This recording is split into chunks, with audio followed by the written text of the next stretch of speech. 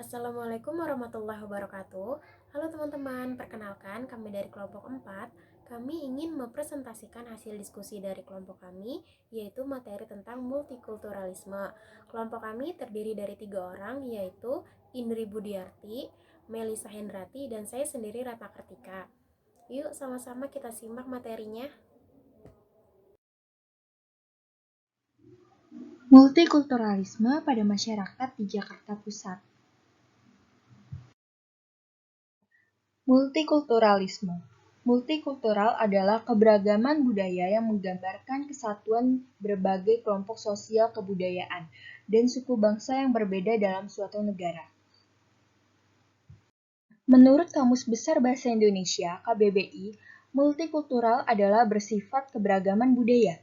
Multikultural berasal dari kata multi yang berarti banyak dan kultural berarti budaya.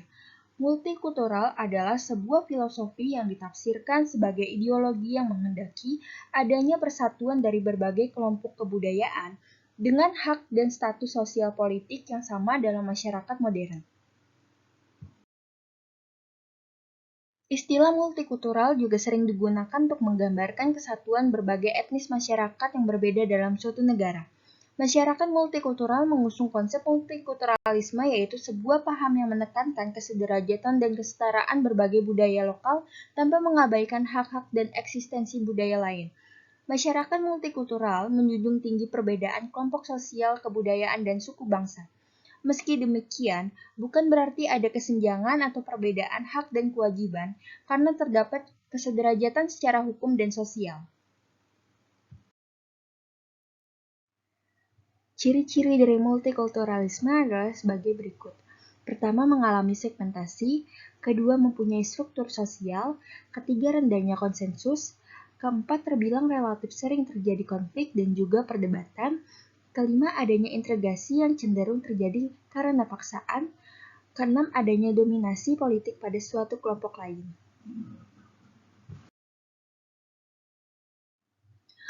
Dalam buku Suryanto Hovland, Janis dan Kelly mendefinisikan komunikasi sebagai suatu proses yang terjadi antara satu orang dan orang lain, bahwa kegiatan komunikasi yang dilakukan mempunyai tujuan mengubah atau membentuk perilaku orang lain yang menjadi sasaran komunikasi. Kerukunan merupakan dampak dari suatu komunikasi antara komunikator dengan komunikan. Sedangkan kerukunan antar umat beragama yaitu hubungan sesama umat beragama yang dilandasi dengan toleransi, saling pengertian, saling menghormati, saling menghargai dalam kesetaraan pengamalan ajaran agamanya, dan kerjasama dalam kehidupan masyarakat dan bernegara.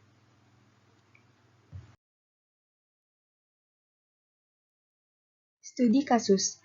Dalam masyarakat multikultural, kemampuan adaptasi serta toleransi menjadi panduan utama dalam berinteraksi dengan warga sekitar.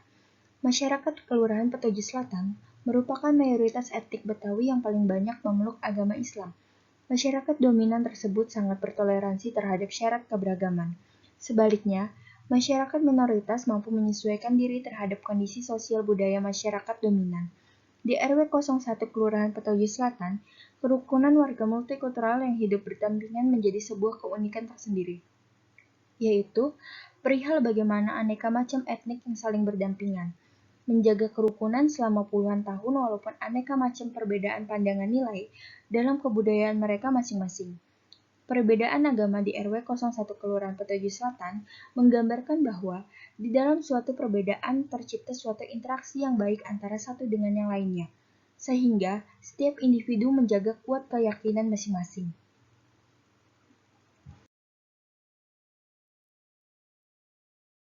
Salah satu konflik yang sering terjadi ialah konflik antar agama.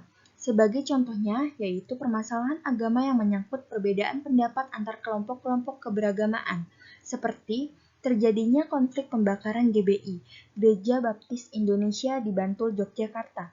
Gereja tersebut dibakar oleh orang-orang yang tidak bertanggung jawab. Mungkin kegiatan ini dimaksud untuk menyebarkan sikap toleransi kepada masyarakat. Masalah ini kemudian akan melebar ke masalah-masalah yang lainnya.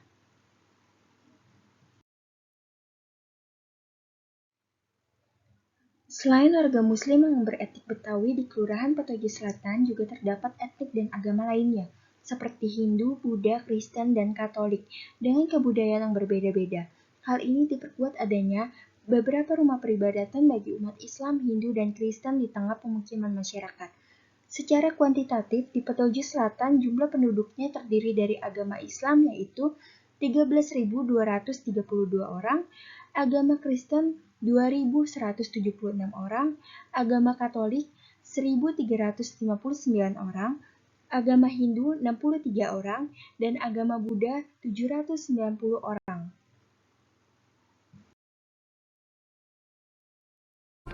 Konflik Gereja Yasmin. Konstitusi Anda di sini ini mau ngapain? Katanya mau bubarin orang beribadah. Akibat permasalahan izin mendirikan bangunan, Gereja Kristen Indonesia atau GKI Yasmin diblokir dan dilarang beribadah oleh kepolisian setempat pada 2011. Belum selesai sampai di situ, pada tahun 2012 lalu, ratusan orang berdemo menuntut jemaat GKI Yasmin untuk tidak melakukan peribadatan di lokasi bangunan Gereja Yasmin. Permasalahan izin mendirikan gereja menjadi penyebab warga Curug Mekar Bogor menolak keberadaan Gereja Yasmin. Kisru ini baru berakhir setelah jemaat GKI Yasmin membubarkan diri dan tidak melakukan peribadatan.